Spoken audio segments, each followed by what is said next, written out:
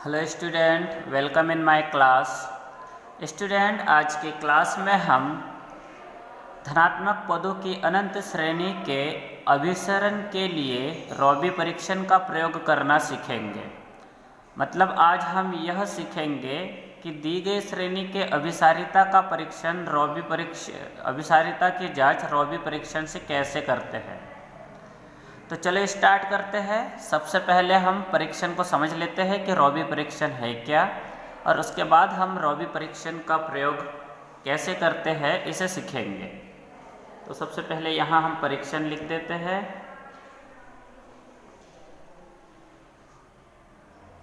यदि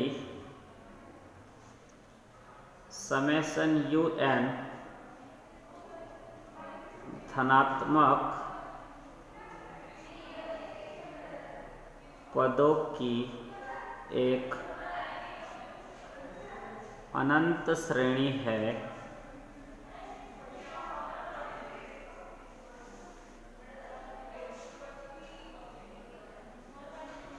जिसके लिए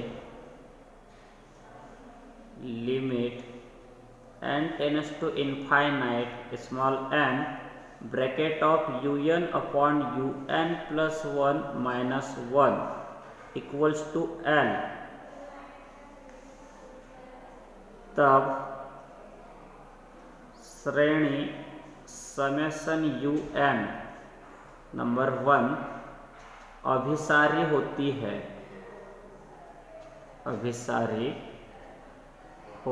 है, यदि L is greater then 1। Number 2 अपसारी होती है यदि L is less than 1। Number 3 Robbie परीक्षण असफल हो जाता है यदि L इक्वल्स टू 1। यह है रॉबी परीक्षण। इस परीक्षण के अनुसार यदि n bracket of UN upon UN plus 1 minus 1 की जो सीमा है, वह सीमा यदि 1 से बड़ी हो तो दी गई श्रेणी अभिसारी होती है, और यदि यह सीमा 1 से छोटी हो तो दी गई श्रेणी अपसारी होती है। लेकिन यदि इस सीमा का मान 1 के बराबर प्राप्त हो तब रॉबी परीक्षण असफल हो जाता है। मतलब रॉबी परीक्षण यह बताने में असमर्थ होता है कि दी गई श्रेणी अभिसारी है कि अपसारी है। यह है रॉबी परीक्षण। अब हम इस परीक्षण का प्रयोग कैसे करते हैं, इसे समझने के लिए एक प्रश्न को हल करके देखते हैं। यहाँ प्रश्न लिख लेते हैं हम पहले।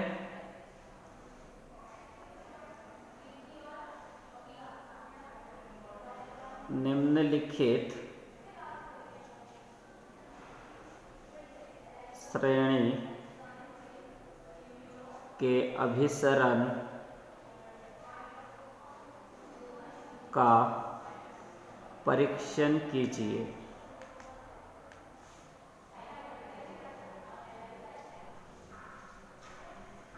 श्रेणी लिख रहे हैं x upon 1 plus 1/2 x square upon 3 plus 1 3 upon 2 4 x to the power 3 upon 5 plus 1 3 5 upon 2 4 6 into x to the power 4 upon 7 up to infinite terms. यहाँ x इज ग्रेटर देन 0 भी दिया है। तो यह दी गई श्रेणी है, और इस श्रेणी के अभिसरण का परीक्षण करने के लिए रॉबी परीक्षण का प्रयोग कैसे किया जाता है, ये आज हम इस प्रश्न को हल करके सीखेंगे। सबसे पहले हम दी गई श्रेणी को समेशन UN के बराबर लिख देंगे।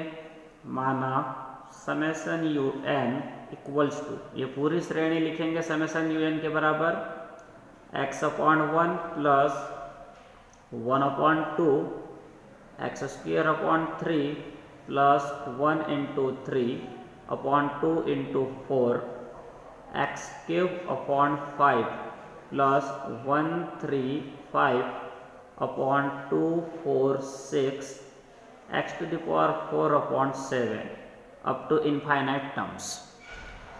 अब इसके बाद सबसे पहले हम इस श्रेणी का nवां पद un प्राप्त कर लेंगे। श्रेणी का nवां पद un इक्वल्स टू, लेकिन देखो ये जो श्रेणी है इसका nवां पद प्राप्त करने के लिए हमें श्रेणी का निरीक्षण करना होगा और हमें इस श्रेणी के इन पदों से यह अनुमान लगाना होगा कि इसका nवां पद क्या हो सकता है।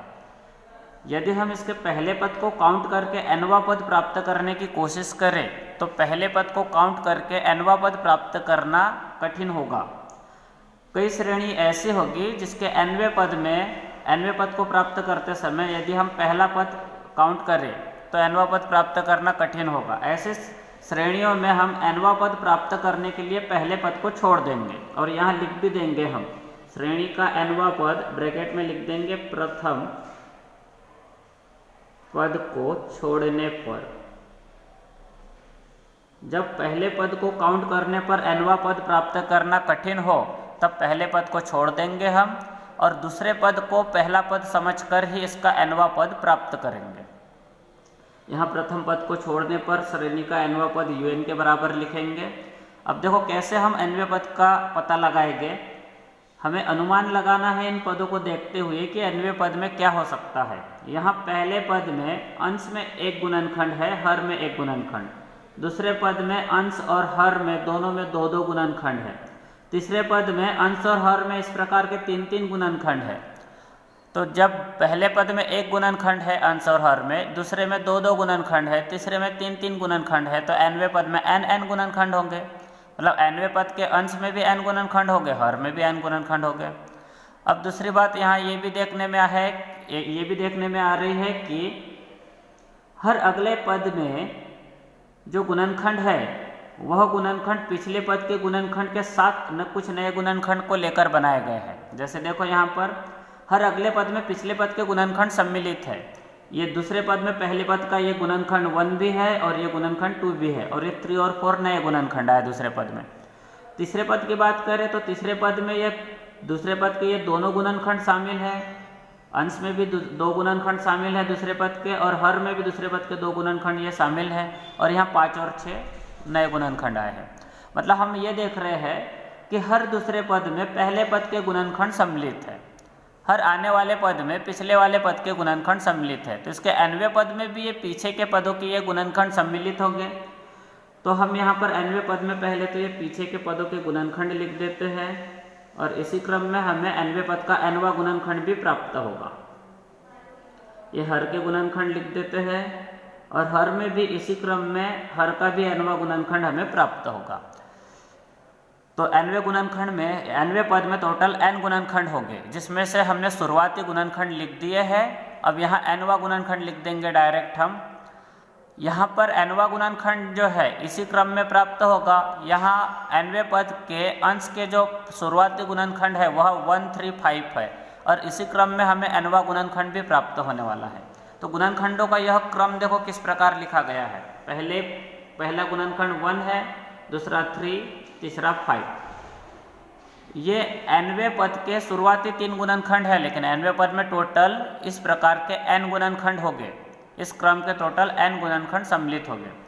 गुणनखंडों का यह क्रम समांतर क्रम है क्योंकि प्रत्येक दो गुणनखंडों के बीच जो अंतर है वह 2-2 का अंतर है। मतलब 2-2 के अंतर पर लिखे गए ये गुणनखंड है। मतलब गुणनखंडों का यह क्रम समांतर क्रम है। ऐसा क्रम जिसके प्रत्येक दो क्रमागत पदों का अंतर समान हो समांतर क्रम कहलाता है। यहाँ प्रत्येक दो क्रमागत पदों के बीच का अंतर 2 है, मतलब समान है, इसलिए यह गुणनखंड समांतर क्रम में लिखे गए गुणनखंड है। और इसी क्रम में nवें पद का nवां गुणनखंड प्राप्त होगा और समांतर क्रम का nवां जो गुणनखंड होता है वह होता है a + n-1d। गुणनखंडों का यह क्रम समांतर क्रम है और इसी क्रम में हमें nवां गुणनखंड प्राप्त होगा। समांतर क्रम का nवां गुणनखंड ये होता है। यहाँ a प्रथम पद होता है जो कि यहाँ 1 है, तो a की जगह यहाँ 1 लिखेंगे।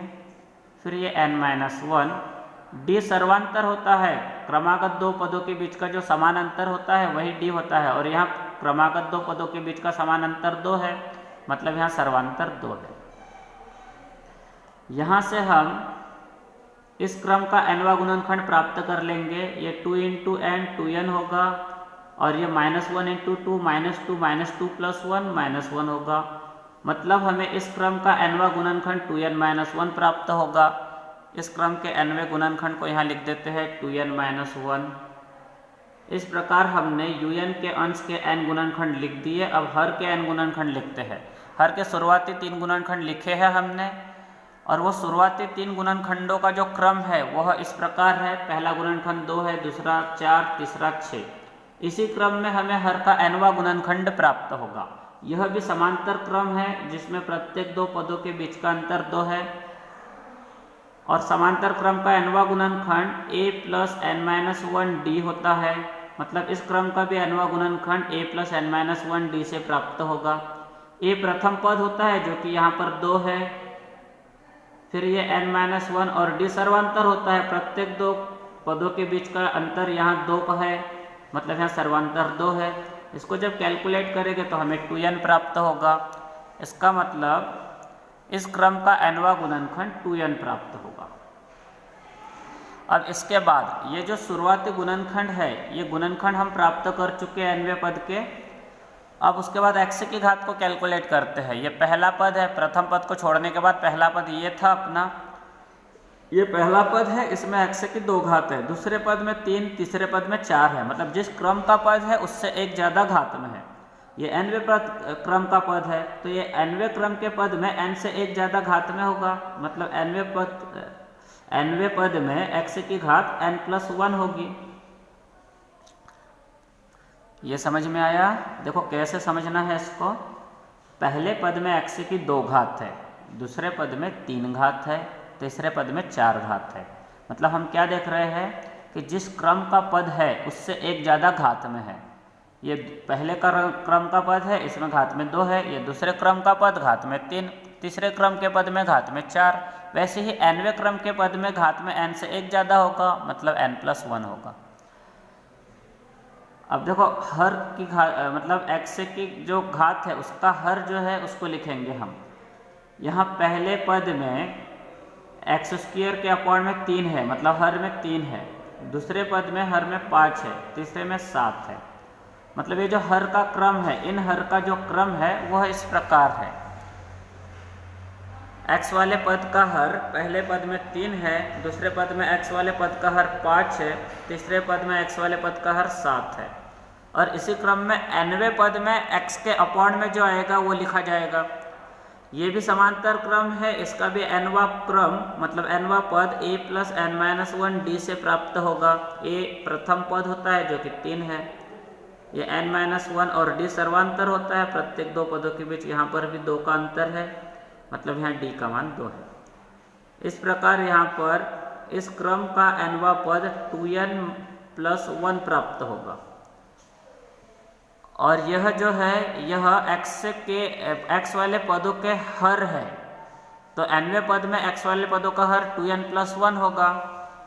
तो यहाँ पर x का जो हर है, x वाले पद का ये जो हर है उसको लिख रहे हैं 2n+1। इस प्रकार श्रेणी का nवां पद un प्राप्त किया जाता है। इसके बाद हम श्रेणी का n+1वां पद un+1 प्राप्त करेंगे।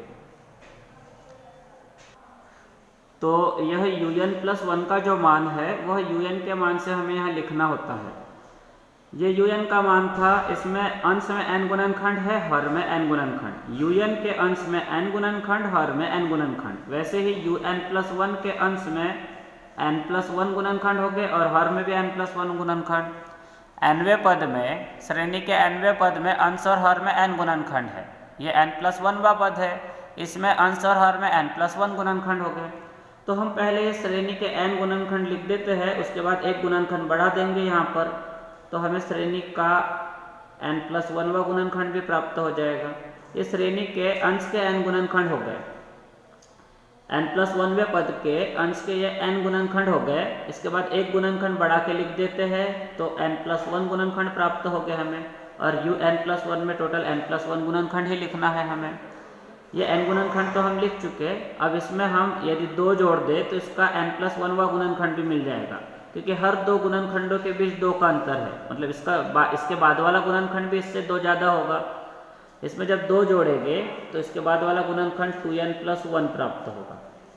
इस प्रकार un+1 के अंश में हमने टोटल n+1 गुणनखंड लिख दिए। अब हर के n+1 गुणनखंड देखो क्या हो गए, ये पहला, ये दूसरा, ये तीसरा गुणनखंड, ये nवां गुणनखंड, और इसमें जब 2 जोड़ेंगे तो n+1वां गुणनखंड मिलेगा।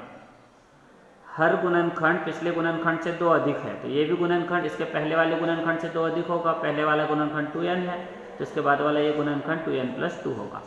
अब x की घात लिखने के लिए n के जगह n+1 लिखेंगे। un में यहाँ n था, तो un+1 में n के जगह n+1 होगा, तो ये x की घात होगा n+1 और ये +1, n+1 +1 n+2 हो जाएगा। ये हर में भी n के जगह n+1 लिखेंगे यहाँ, तो हमें प्राप्त होगा, यहाँ n के जगह n+1 लिखने पर हमें प्राप्त होगा 2n+3। इस प्रकार हमने un का मान प्राप्त कर लिए।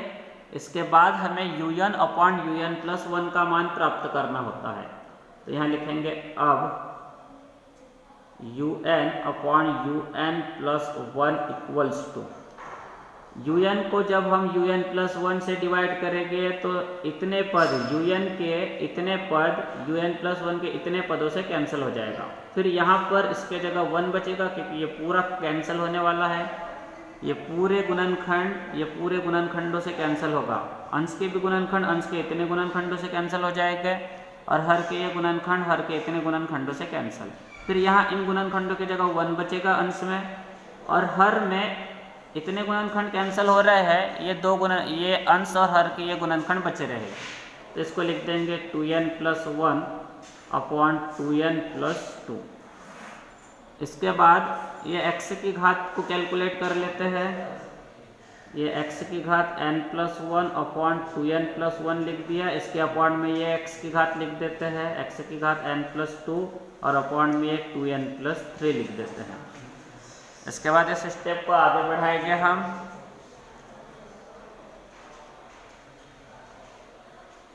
un/un+1 = यहाँ पर हम इसका रेसिप्रोकल लिख देंगे, मतलब इसको उल्टा करके लिख देंगे, तो हमें प्राप्त होगा यहाँ पर 2n+2/2n+1। इसके बाद x की घातें लिख देते हैं। x की घात n+1 अपॉन में x की घात n+2 है, इसे लिख दिए हमने। उसके बाद बचे हुए पद लिख रहे हैं, यहाँ 2n+3 प्राप्त होगा, और ये होगा 2n+1। आप लोग कैलकुलेट करके देख लेना। इसके बाद इसे आगे बढ़ाएंगे हम। इन गुणनखंडों को साथ में लिख रहे हैं। ये 2n+2 के साथ ये 2n+3 लिख दिया, और हर के गुणनखंडों को भी लिखते हैं। ये 2n+1 × 2n+1 ये हो जाएगा 2n+1 का स्क्वायर।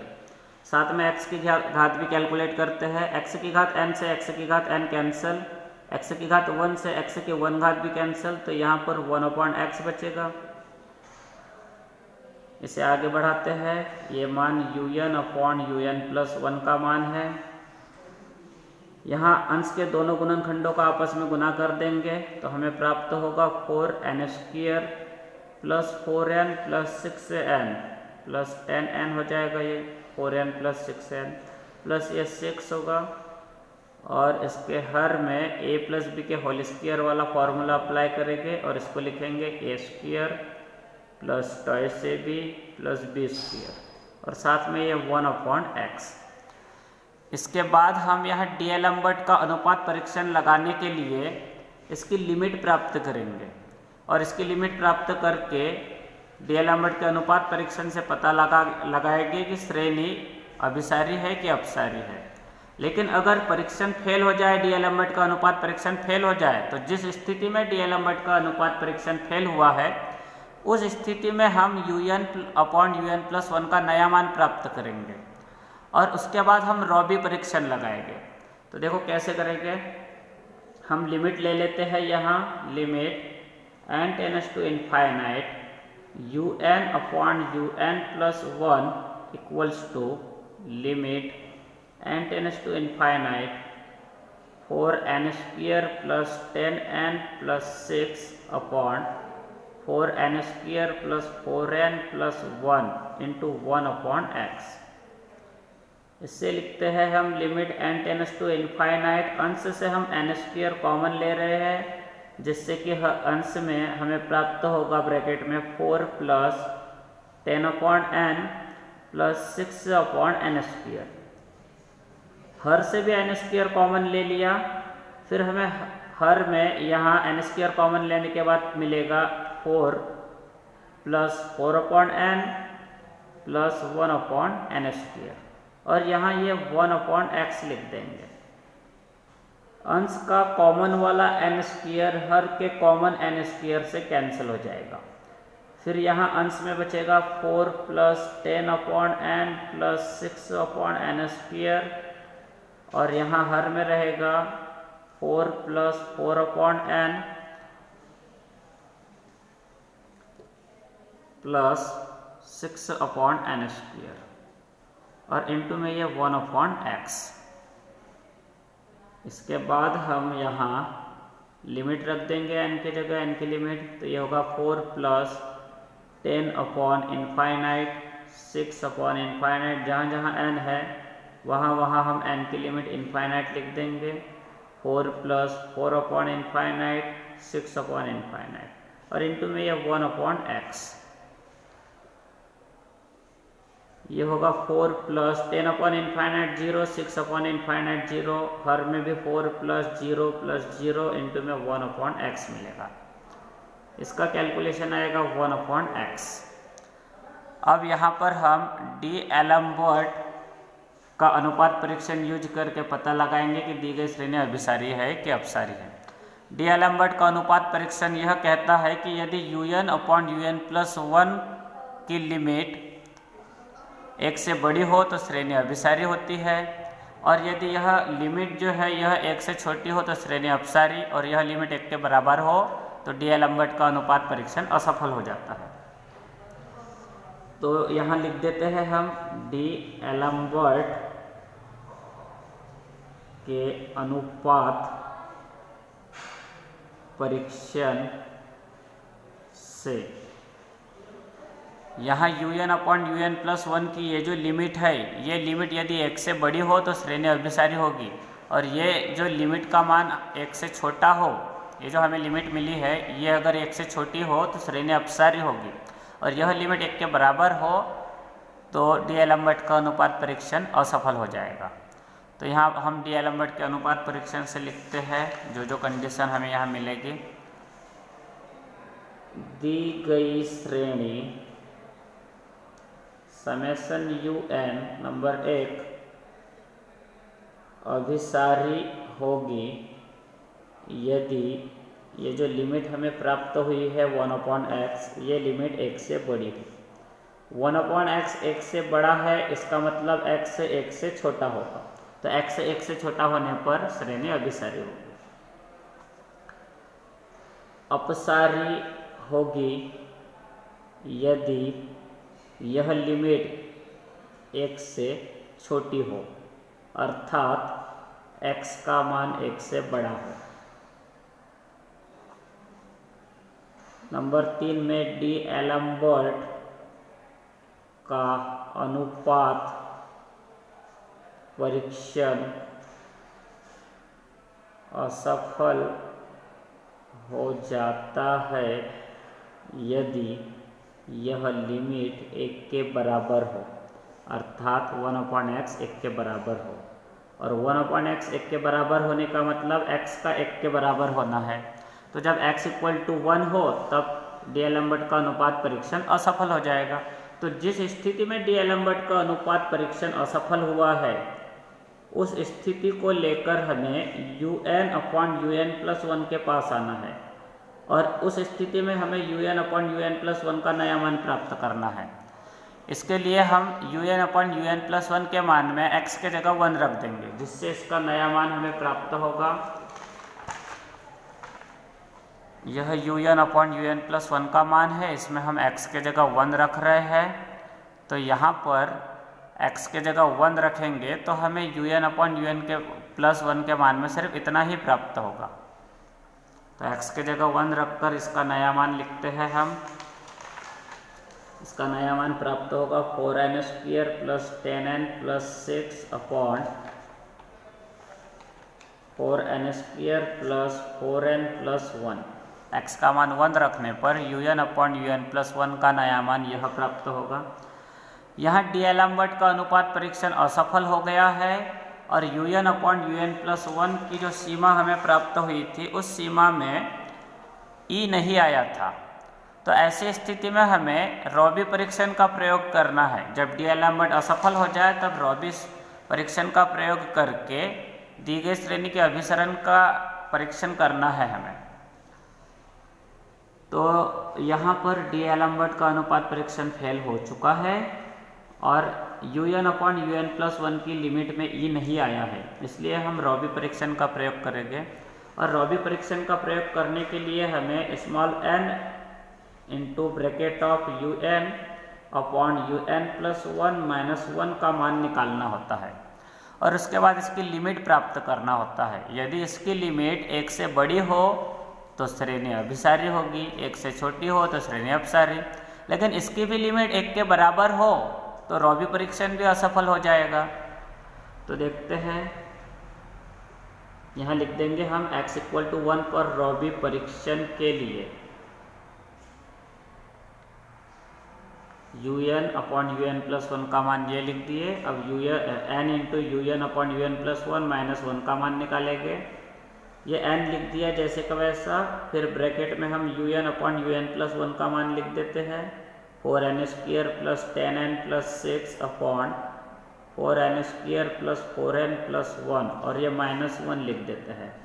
इसे आगे सॉल्व करेंगे, ये n जैसे का वैसा, एलसीएम आएगा 4n² + 4n + 1 और अंश में क्रॉस मल्टीप्लाई करने पे प्राप्त होगा 4n² + 10n + 6 - 4n² - 4n - 1।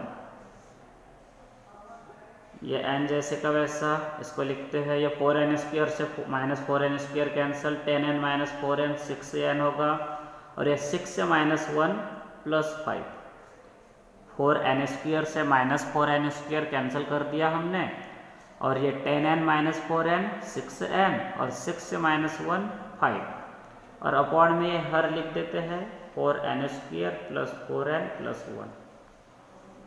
हम अंश वाले इस ब्रैकेट से n कॉमन लेते हैं तो वह कॉमन वाला n बाहर के इस n से मल्टीप्लाई होकर n² हो जाएगा।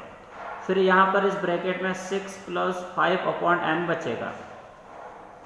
ऐसे ही हर से n² कॉमन ले लेते हैं तो फिर हर में यहाँ 4 बचेगा, यहाँ 4/n और यहाँ 1/n²। अंश के n² से हर का n² कैंसिल हो जाएगा तो हमें प्राप्त होगा 6 + 5/n, 4 + 4/n + 1/n²। यह मान n × un/un+1 - 1 का मान है। अब हम दोनों पक्षों की यहाँ लिमिट ले लेंगे। तो लिमिट लेने के बाद हमें प्राप्त होगा limit n tends to infinite n bracket of un/un+1 - 1 equals to limit n tends to infinite. Right hand side को भी लिमिट में लिख रहे हैं हम और लेफ्ट हैंड साइड को भी लिमिट में लिख दिए। अब हम n के जगह n की लिमिट रख देते हैं, जिससे हमें इतना मिलेगा लिमिट रखने के बाद। फिर ये 6 जैसे का वैसा 5/∞ 0 होता है, ये 4 जैसे का वैसा 4/∞ 0, 1/∞ 0, ये होगा 6/4 मतलब 3/2। 3/2 इज ग्रेटर देन 1 होता है, मतलब यहाँ n ब्रैकेट ऑफ un/un+1 -1 की लिमिट 1 से बड़ी मिली, तो रॉबी परीक्षण के अनुसार श्रेणी अभिसारी होगी, क्योंकि जब इस लिमिट का मान 1 से बड़ा हो तो रॉबी परीक्षण से दी गई श्रेणी अभिसारी होती है। तो यहाँ लिखेंगे इसलिए रॉबी परीक्षण से x = 1 के लिए, ये पूरा कैलकुलेशन हम x = 1 के लिए कर रहे थे, तो x = 1 के लिए दी गई श्रेणी समेशन un अभिसारी होगी। इस प्रकार डीएलएम्बर्ट का अनुपात परीक्षण जिस स्थिति में असफल हो जाता है, उस स्थिति में हमें un/un+1 का मान ज्ञात करके रॉबी परीक्षण का प्रयोग करना होता है। रॉबी परीक्षण के लिए हमें n ब्रैकेट ऑफ un/un+1 -1 की लिमिट निकालना होता है। हमने पहले n un/un+1 -1 का मान प्राप्त कर लिए, उसके बाद उसकी लिमिट प्राप्त कर लिए। यहाँ इसकी लिमिट 3/2 मिली, जो कि 1 से बड़ी है, इसलिए रॉबी परीक्षण से दी गई श्रेणी अभिसारी है। यह पूरा कैलकुलेशन, रॉबी परीक्षण का यह पूरा कैलकुलेशन x = 1 के लिए किया था हमने, इसका मतलब x = 1 के लिए दी गई श्रेणी अभिसारी होगी। अब हम कंप्लीट रिजल्ट को यहाँ लास्ट में एक लाइन में लिख देते हैं। स्पष्टतः दी गई श्रेणी समेशन un x के किन किन मानों के लिए अभिसारी है और किन किन मानों के लिए अपसारी है दी गई श्रेणी, उसे हम यहाँ लिखेंगे। तो हम देख लेते हैं पहले, ये पहले के रिजल्ट है हमारे, जिसमें x > 1 पर दी गई श्रेणी अभिसारी थी, साथ में x = 1 पर भी दी गई श्रेणी अभिसारी प्राप्त हुई। इसका मतलब दी गई श्रेणी समेशन un x > 1 पर अभिसारी है। तो यहाँ लिखेंगे x > 1 के लिए अभिसारी है। दी गई श्रेणी x > 1 के लिए भी अभिसारी थी, x > 1 के लिए भी अभिसारी थी और x = 1 के लिए भी अभिसारी है। मतलब दी गई श्रेणी x > 1 के लिए अभिसारी है। तथा अपसारी देख लेते हैं। दी गई श्रेणी x > 1 पर अपसारी थी, तो हम लिख लेते हैं यहाँ कि दी गई श्रेणी x > 1 के लिए अपसारी है। इस प्रकार डीएलएम्बर्ट के परीक्षण के असफल होने पर रॉबी परीक्षण का प्रयोग करके दी गई श्रेणी के अभिसरण की जांच की जाती है। आज के लिए इतना ही, इसके बाद कल की क्लास में देखेंगे।